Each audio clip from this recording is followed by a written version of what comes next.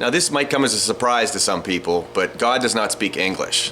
See, God is love, and the language of love is the Spirit, and it's not spoken with mouths and heard by ears. It's spoken with the heart and heard by the heart.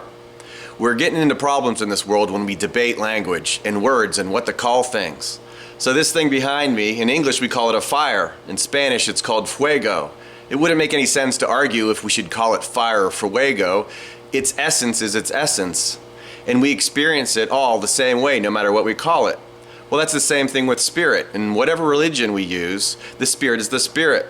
In the Bhagavad Gita, Krishna says when we perceive the unity existing in separate creatures, we attain that spirit.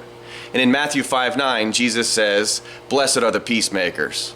Now, peacemakers are people who are looking for the spirit in each other. It's not people who are arguing about what words to use. When you sense the spirit and you see it in others and you see it in yourself and we spread it between each other, that's unity, and that's the way you become a peacemaker.